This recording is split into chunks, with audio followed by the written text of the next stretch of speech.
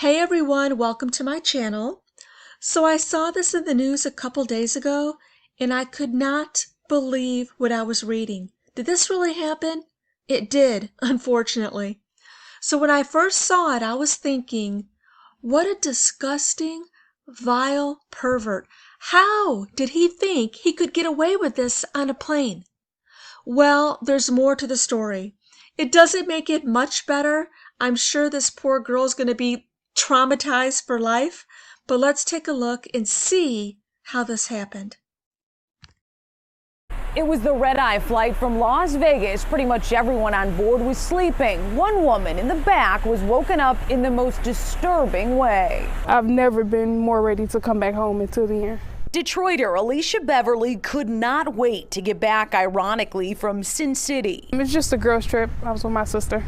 Did you guys have fun? Yeah, had fun. Monday night, curled up in a back seat next to her sister on board a Delta flight. Alicia was asleep until It started to get warm on this side of me. in that sleepy haze right at eye level, something unexpected. I jump up and I seen his private area out, so I screamed and that woke everybody on the plane up.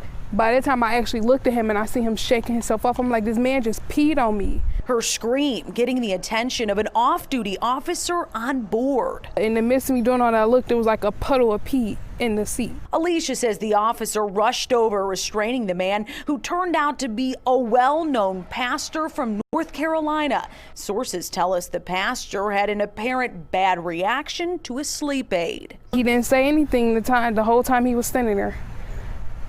Just like you were a bathroom.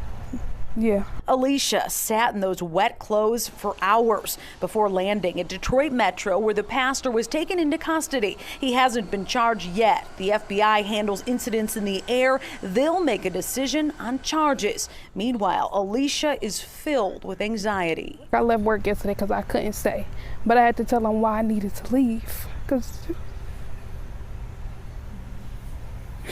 it was a lot. Like, my anxiety was really bad. Like, I literally, since then, I probably only got maybe like 4 hours of sleep. She's grateful, though, for the officer who took charge. I'm literally very thankful that he was on there and something was able to be done right away, and it wouldn't have been like my word against his. It was somebody on there to actually see. We spoke with the pastor's camp by phone. They're choosing not to comment right now. As for Delta, they referred us to local police. So I feel really sorry for her. So what happened to her was bad enough, but she had to sit for 2 hours in wet, urine-soaked clothes? So the flight crew, no one on the plane, could have offered her any like clean sweatpants or something? That's bad. Imagine sitting there for 2 hours in someone else's pee, anybody's pee. That is so nasty. I feel really bad for her. So do you guys think that she should sue? It's definitely not the airline's fault. I can't see that this is the airline's fault, but it's the man's fault. Because if he had a reaction to Ambien, that was not his first reaction. So I'm sure that he's had a reaction before taking this, this sleep aid, because it's really common with this certain sleep aid. So if I took this and I knew that I would sleepwalk or do something really strange, I wouldn't go on a plane and take this around a bunch of people. So she definitely needs to sue. But at first I was thinking that it's not the airline's fault whatsoever, but they did let her sit there in wet, urine-soaked clothes. That's wrong. That is so bad, because this happened on their airlines. They should fix it. They should fix what happened. So let me know what you guys think. Would you ever fly again? Would you be traumatized?